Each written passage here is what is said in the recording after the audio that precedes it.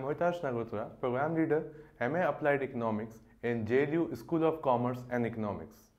Masters in Arts in Applied Economics, it's a program which is developed in such a way that it includes the most appropriate economic theories, model and data solving techniques.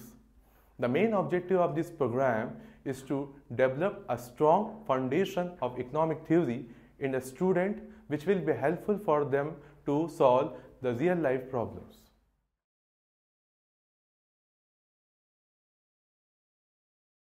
The course curriculum of MA Applied Economics is designed in such a way that it includes the major subjects of economics.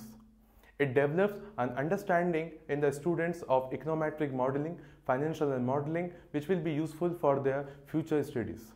Also, they can use such skills for forecasting of economic aspects.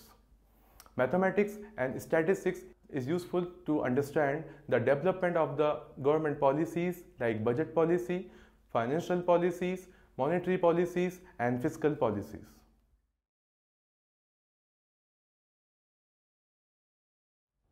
The student completing this course has a wide range of career opportunities.